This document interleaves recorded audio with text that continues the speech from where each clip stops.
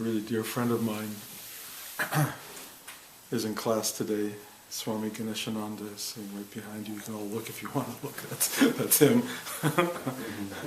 He's from Oslo, Norway. He teaches in Oslo, he teaches in Mallorca, and soon will be teaching in Switzerland.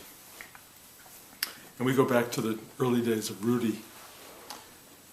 We're as close as you can get to being brothers who are not biologically brothers. And he came to America a week ago, taught a class at Tibet House in New York, and asked if I would come and talk, which I did.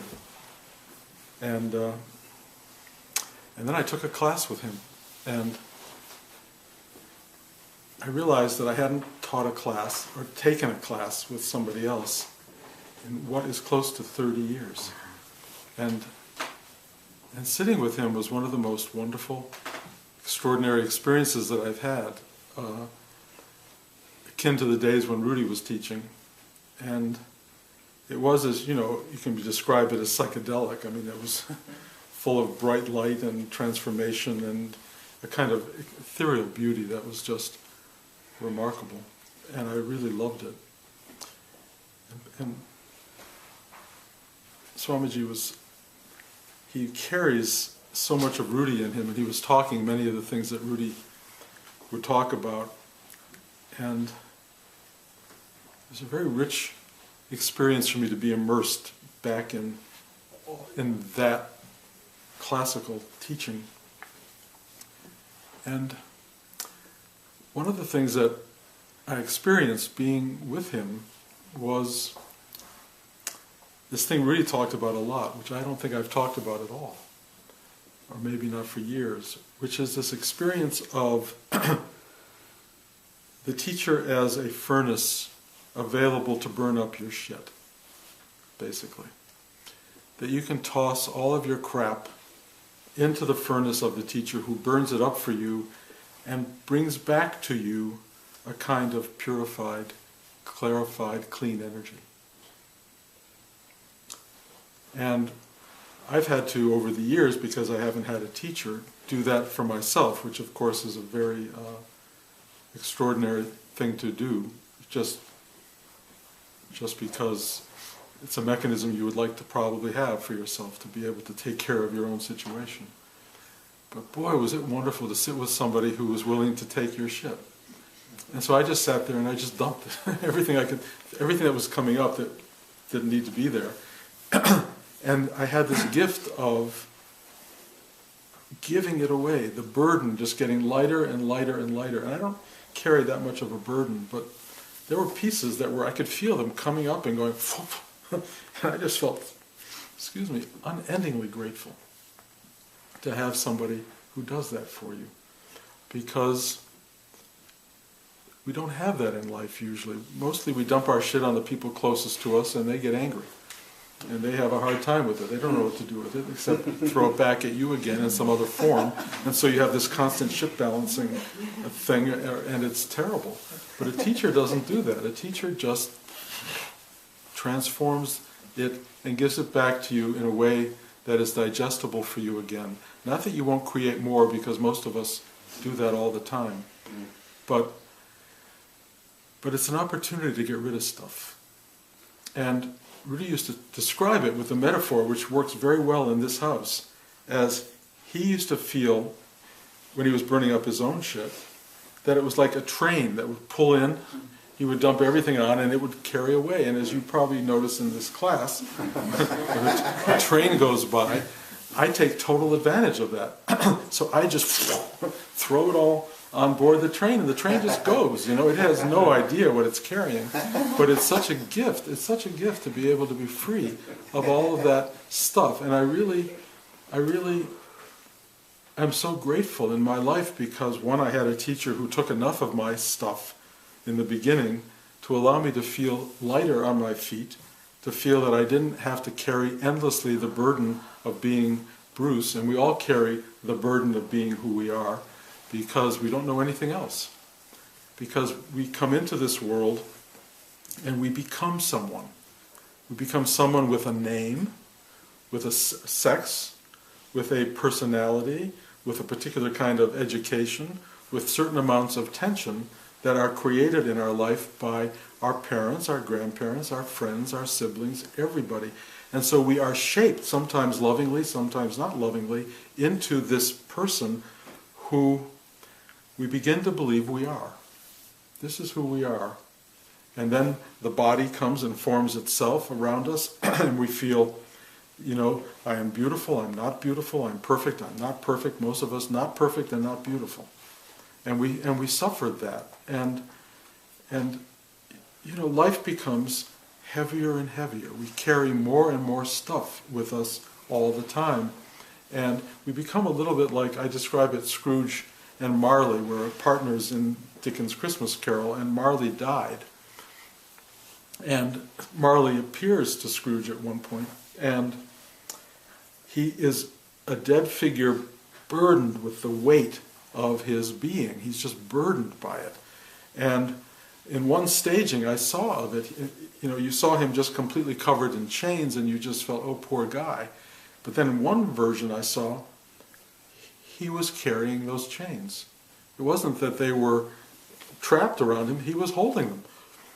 And he was walking around like, oh my God, in the afterlife, which is bad enough in life, but there he is carrying this stuff. And I said, just let go. Just let go. Just let him go.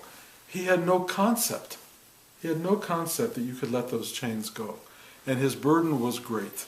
And all of us essentially are like Marley. We all walk around with the chains of our life around us, all of the burdens, the guilt, the things we did 25 years ago that you can't even look at, that are just closed in a door that isn't just closed, it's being held shut in almost everybody. And we deal with enormous amounts of energy trying to hide ourselves from how horrible we feel, how difficult our lives are, how burdensome they are. And having an opportunity to let go of the burden, having an opportunity to have somebody come and just be available to you to say, here, throw it at me. It's an extraordinary thing. And not a lot of people make themselves available for that. But Swamiji and I were talking this morning, and and Rudy would say this directly, your shit is my energy. I grind it up. And it grinds up, and who grows from that? I grow from that. This persona space that I am expands through that, and you are free of it. So you become more expansive as well. It's a wonderful exchange. It's as good as it gets, really. And we're all here looking for that in life. And who provides it? Where do you go to have that happen? I mean, a shrink. You go to a shrink. You go to the bartender. And you just throw your stuff out. But he just hands you another drink, and the shrink just listens to you and listens. And so there's an intellectual component. And I support all this. I support therapy, and I support the idea of digging into this stuff any way you can. But ultimately, giving it away is different than just exposing it. Letting it go is really at the core. Let go of your stuff, because it's you who's grasping it. It's you who's holding it. And there's another element that was talked about in Swamiji's class last week, which I don't refer to often, but it's really valuable. And it's called the horizontal and the vertical. You don't mind if I'm stealing from our teacher, do you? The horizontal and the vertical is a really interesting image, and it's something Rudy talked about a lot. That we live life on a very big horizontal plane, and it's our day-to-day existence. And most of us function in that existence on a daily basis, and most of us function with some vague level of accomplishment. We know how to drive a car, maybe. We know how to be at a cocktail party, how to talk to people. We know how to prepare for an exam. Those things that this flat level horizontal of our life is about, we deal with fairly well. Although I will tell you, this last couple months of my life, which have been unbelievably tumultuous, of change, real change, of letting go of one big house taking all the stuff from that house, or a lot of it, and putting it in another house, doing it with help from people, but ultimately just Blanche and I doing a lot of the work. It's exhausting, and we've been exposed to enormous numbers of people. And mostly what I've seen is how messed up people are. How unbelievably messed up the horizontal is. People don't function well. They're angry at each other, they're angry at themselves. Day-to-day life is frightening, it's scary, they don't know quite how to get through it. They try to take control of it wherever they can, but it's uncontrollable. It has no center that holds, which I think is a very important idea. The horizontal, everyone seeks safety in a horizontal, but the horizontal level of life is endlessly changing and ultimately kills you. You know, you don't survive it, the horizontal, at all. So we all walk around knowing that, and we're all traumatized by that, but we're all looking at everybody else being totally normal, so we go, oh, maybe I can, be normal. And you try to, and we're all playing this incredible thing of being, well, I'm fine, or how are you fine? You're fine, but you're not fine. You're terrified by existential truth that you're not going to be here forever. You don't know how long you're going to be here, and at any moment it could be over, and that's a terrible thing. It's really scary. Then we have this vertical. And the vertical occurs, you take a breath. This practice that we have, take a breath and ask for help to surrender. What are you asking to surrender? You're asking to surrender really the horizontal, the entrapment of the horizontal. You just, for 10 seconds, you just want to get above it. And so you take a breath and you start to feel this thing, which is really kind of compelling. You go, you rise out of it and you look down and you go, oh my God, it's really a shithole. None of this is working. I mean, look at this all, and you see the patterns of it, you see the drama of it, you see all this stuff, and you go, oof, wow, how do people get through this? And then you finish meditating and you're back in it. And you go, and you realize that elevation was really good. I liked rising out of that place because I got to see it in a way that I've never seen it before. I saw the patterns. I see the stuff we do to each other. I got a real clear picture. And then if you keep working that, something really interesting happens. You rise out of that horizontal and you enter you rise from the vertical into a new horizontal. It's another level of existing. And that level of existing is quieter, cleaner, purer, more spiritual, you might say. And you can look down at the world and look at it from a very different perspective. And occasionally you'll sink back into it, but you have this wonderful ability, as Rudy would say, take a breath, and you rise up and you go back into that horizontal. But Rudy was very clear about this. He said, don't build your house on that new horizontal, because it's not the end of the journey. He said, everybody wants to have their picture in Life magazine. He said, but you get your picture in Life magazine and you build a house on Schitt's Creek, is what he said. It's a crazy thing. There's a lot of shit in today's talk, and I apologize. But it's very essential, because that's in the deepest sense what it is. You get to this new place and you form a new identity, and it's sweeter, it's lighter, it's more available to something bigger, and you feel, wow, this is great.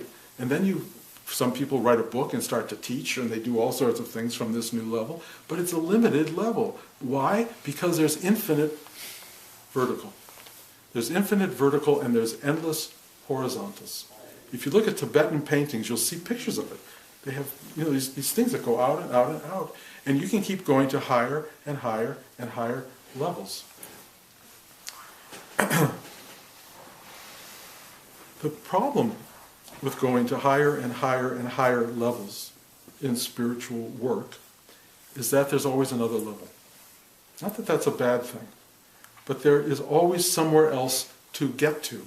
And so there's a constant striving. I'm not saying that's in and of itself bad, but it keeps you imbalanced in a way. It keeps you destabilized because you never feel any kind of arrival.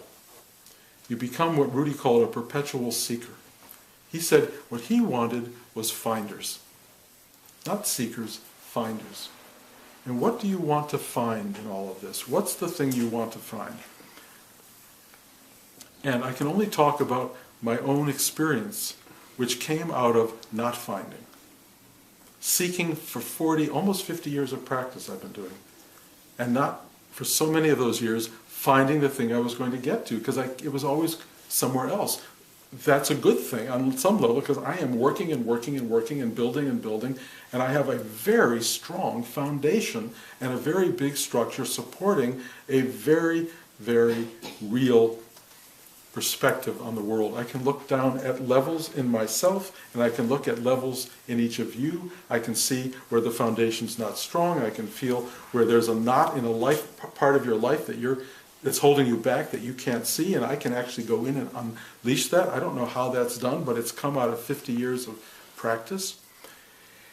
But what finally happened for me, and this is a boring story, you all know it already, is this awakening thing, which is the awakening thing gets rid of the person who's seeking. You get rid of this individual person who wants to get to that level. And the problem that everyone really experiences is that every level you go to more and more it doesn't want you. You are the problem with every level. As you go to another level, you got to drop off more of yourself in order to go there. But the seeking self that wants to get to the top level is the ultimate problem.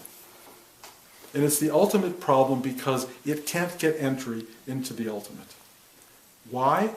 Because it sees itself as separate from all of this. It sees itself as being somehow something that will ultimately be given all of this knowledge, all of this awareness, all of this attainment, and it will think, I finally have it.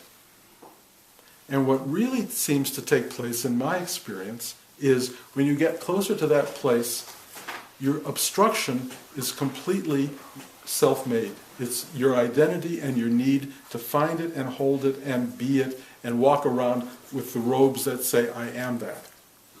And what seems to appear in my experience is that in order to enter the absolute, that seeker has to disappear. Finally, you have to let go of you. And you've done you've done all this work. Letting go, letting go, letting go. But there's still this crux of I am this person. And only when that breaks apart, only when it finally just disappears or is shattered or whatever image you want to use, does this thing happen where you are free of you and one with all that is. The only difference between where you were the day before that happened and the day that happens is that when you are one with all there is, there's no more you and it. There's just it. There's just is, basically, the verb, being. That's all. What is what you are. And it is a mind-numbing truth. And therefore the mind is taken out of the equation because the mind can't get it. There just is the truth. And it's incomprehensible in every way except for the fact that you are that. You are all there is. You have always been all there is. Whatever that may mean to you in your mind, which is trying to make sense of what I'm saying, get rid of the trying to make sense. At some point, there it is. And it is not the goal or end of spiritual work. It is at the very core of spiritual work. You are still there. It's just not filled with your name. It's not filled with your ambition. It's not filled with your sense of attainment. It's just there. Yes, sometimes it becomes crowded again. Yes, you can go back to ground level and feel all the bullshit stuff of life. Yes, that can all happen. But it's all part of this. You are the ground level life and you are the infinite clarity, infinite beauty, all at the same time. You can't grasp what that means. You cannot understand it. Don't even try. All I can say is at some point, every created being will know this. Every created entity, manifested form, will know this. More clearly, you will be it. And even more clearly, you are it. Even as I speak, you are it. Do you know that? Some of you do, some of you don't. Are you here for a reason? Yes, because you want it. You really want it. And all I can tell you, which is what all the sages tell you, is you're it. You're already there. You're already it. Your lack of knowing that or being that with some kind of real clarity is just, it's just the way it works. At some point you're going to know it. And it will be something unexplainable. It'll just happen. You will find it out. Why? Because it's how the universe is structured. It wants you to know this. There's a reason you guys are sitting here now, because you are seeking this. I have to tell you, having spent the last few months in the bottom level of all of this, you're rare. You are very rare. There are not a lot of people looking clearly for what we're talking about. Most people are thinking if they can just get another something at Starbucks, they'll be fine. One more. I can't remember what the names of all their drinks are. But you look for these things that will take care of you. Or the hot fudge sundae, you get laid, you get whatever it is that it's going to take care of your needs. It's so not what is real. It's so short term. It's so unfunctional, dysfunctional in so many levels. People on the bottom level don't know. And all you can do is feel unbearable compassion for them. Because they don't know. And all you want to do is tell them, give them, help them, lift them up. And none of them are looking to be lifted up. In fact, if you offered them a hand, they would spit at you. They would be angry. They don't want this. They don't want to have to do the work, basically, that comes along. What happens when awareness, awakening, enlightenment occurs is not only are you not freed from all of this, not only do you not just get to a place of, you get to a place of, wow, this is a big thing we're in. This is a big thing that we are. And we're in it collectively. We are deeply collective in this thing we are sharing. And it's only by some percentage of this world body, this universal body, transforming itself that it will be transformed. You don't have to transform 100%. You just got to have some level of change in the consciousness of the universe for it to really shift. It started to happen in the 60s. We all watched it happen. The 60s were really interesting. The psychedelic revolution, the war in Vietnam, all this stuff started to turn the tables. It's happened many times in different cultures, but that was our changing point. And the world started to be different. It really has affected the world. It's a slow motion awakening, but it's happening. And and you watch all the forces that come up to fight it. It's so interesting because they're talking about legalizing marijuana now. And if you watch the talk shows, wow. I caught one the other night, and it was like they're fighting the battles from the 60s. There's still people who think this is going to ruin the world. It's going to destroy the world. And those people anyone who smoked marijuana goes, that's not going to destroy the world.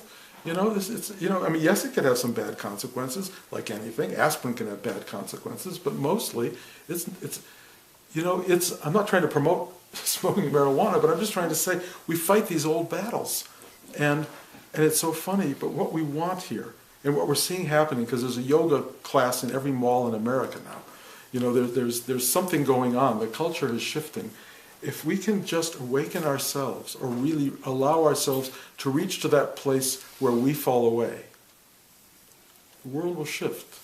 The world will be a much higher horizontal than it is for most of us now. And that will be extraordinary. It'll be a really wonderful place to live. But as you all know, those of you who watch the news, global warming, all these things that are going on, all the stuff that's happening, is a result of an unconscious and combative world. What can we do in that unconscious combative world? Well, you can send money to your politicians, I guess, but you can also take a breath.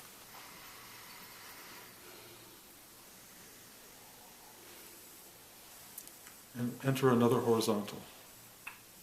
And you can live there. And then you can take a deeper breath. and enter another horizontal. And you can actually live in this world in a kind of, I won't call it paradisical state, but a much nicer state that a lot of people are living in. And you can begin to share that with people. You can hug people. You can be earnestly real with people. You can tell people you love them. You can be kind to them. You can heal people with your touch. There's so much you can do. Each horizontal offers you more and more awareness and more skill and availability to be of service to the world around you. You don't have to be of service to the whole world. I'll tell you what you have to be of service to. That which appears. That which arises in your life. That's your entire responsibility. It's not to be responsible to go out and become President of the United States, unless that's your karmic thing. It's to be loving and kind to whoever is in the circle immediately around you and a little bit further out and a little bit further out. To really watch who comes into your sphere of vision and be conscious with them. Or a word I love, be present with them. Be present. And that presence from this higher horizontal becomes an extraordinary thing. They don't even know what's going on. It's not like you're exactly an angel, but it's an angelic aspect. You actually are able to go through from this level and reach into this level and give somebody something they don't understand. But if you do it without raising their hackles, if you do it quietly, subliminally almost, something happens. They get a message, if you will, from on high that says, "Ooh, this is a nice person. This is a nice person. I like that. I like how I feel around them." And they'll want to be around you. And they will come closer and closer. And you can feed and nurture and nourish. You don't ever have to talk about spirituality, ever. You don't have to talk about meditation or anything, although it may come up. But all you have to do is express a kind of real kindness and, an acknowledgement of who they are. You need to acknowledge their truth, their humble suffering. And trust me, they are suffering in some way. Not necessarily, life may be good for them at the moment, they're buying a new house and, the job is good and the kids are fine. You have these wonderful moments where everything is okay, but it will not, cannot, must not last. It ultimately will all be taken away, and everyone knows it, and therefore, you coming from another level into their level and just giving them this embrace speaks volumes of understanding without their knowing that you're teaching anything. It's very simple.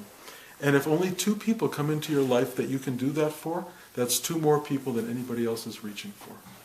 It's a real thing. Buddha used to talk about, out of the millions that come to him, if he could find 2 people who could really know what he's saying, he would have achieved something. 2 people. And here we have a room full of people. And each one of you, I know because I talk to you, I dialogue with you, every one of you has risen to new horizontals. Every one of you are in the process of doing this. All I can tell you is, when you finally don't know what more to do, and you really surrender, they'll take you away. Literally, they will take your name, they'll take your memory, they'll take your personality, and what they will leave is you. They will leave you. And I saw it with Rudy, and this was the greatest thing in the last month or 2 of Rudy's life, and I think I've told this story 1 billion times, but in the last month of Rudy's life, one of his teachers came up to me, Richard Smith, and said, "The train's leaving the station and you're not on it." And it freaked me out. What does it mean I'm not on it? Things were changing so fast, the horizontals, verticals, horizontal, vertical, horizontal. And I could feel something going on, and I didn't know what to do. And I said to Blanche, "I don't know what to do." And what we decided is that Rudy had initiated these 7 o'clock in the morning classes at his place. And I was living across town, but I told Blanche, "I have to go to this. I have to do this."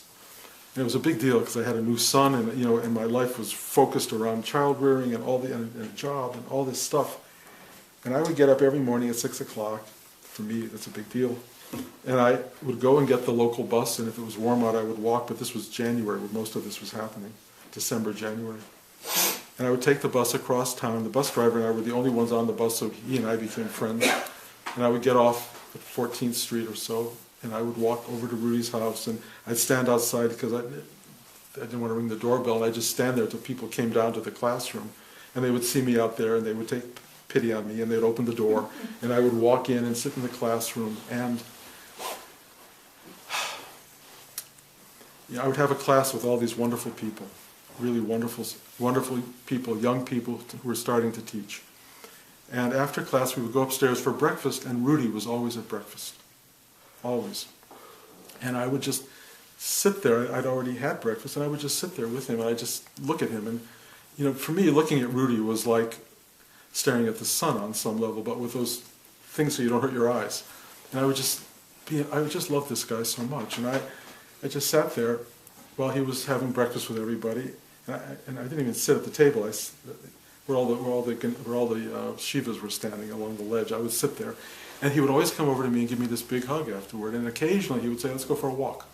And he would come and we would walk to his store. He would hold my hand, and we walked down the street together, holding hands, which was very hard to do in those days. But I felt so grateful to hold Rudy's hand. And I would feel myself walking like my feet were not touching the earth at all.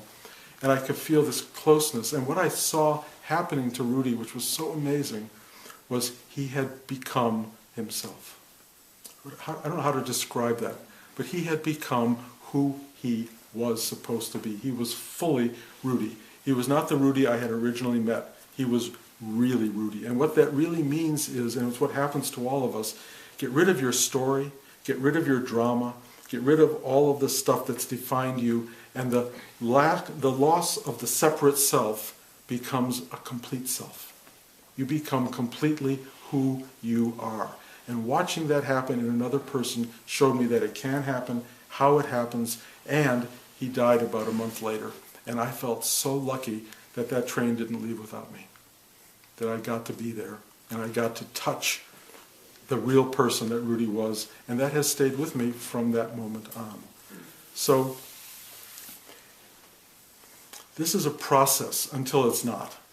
But the process is sitting, dumping your shit, getting lighter and lighter and lighter, going from horizontal to horizontal to horizontal to horizontal to horizontal, and then finally letting go of the whole system and being in the whole thing at one time. That's what we're doing. And you don't let go of it because there's no you to do it. It happens. And until it happens, it doesn't matter, because just living at that top level is so refined and rarefied and remarkable and exquisite that if it doesn't happen, it doesn't matter. Before my awakening happened, I said, I don't care if I am ever, I don't care about this. And I really didn't. It didn't matter to me. And these people would come up to me and say, you're already awakened. I said, well, okay. I didn't feel it. And then when it finally took place, it was so small, but so absolute. And had it never happened, I would be giving the same talk right now. I would be giving the same talk. It's just that I get one extra perspective. And that extra perspective is meaningful because it holds out enormous hope for everyone to ultimately realize you are not separate from anything or anyone or even from yourself. You are one total absolute truth. And when you live that and become that completely, nothing changes except it's no longer for you personally that you do it. You do it, you live it for the whole. You live it for the continuity of being that we all are. So Swamiji, thank you for the inspiration for that. And thank you guys all for coming. I will be here next week, and the week after I'm going to Korea for the Ghost opening, and then I'll be back the week after that, and maybe through much of December, and then we're going to go off to Seattle and be with the new baby and Talia and try to be of help there. But I'll come back here as often as I can. But I do know that when I'm not here, I leave you in amazingly good hands. That's all I can tell you. The people who sit here, I just know this from experience. When you sit here, you disappear. Not disappear, but your mind, personality, all that stuff is laid aside, and there is a pure energy that comes through. And that energy is essentially something Rudy taught us all to be able to access, and it's free of you for a while. And every teacher who sits here is a free-flowing energy source to nurture you and to take your crap. It doesn't matter if it's me, it doesn't matter who it is. Whoever's sitting here is doing that. So take advantage. Any questions at this point? That always takes everybody by surprise. Every Sunday there's a... Every Sunday there's a class here. At 10 o'clock? 10 o'clock. Okay. Yeah, the door is always open, and it's available. It's also free, which probably freaks people out. How can what value can it possibly have if it's free?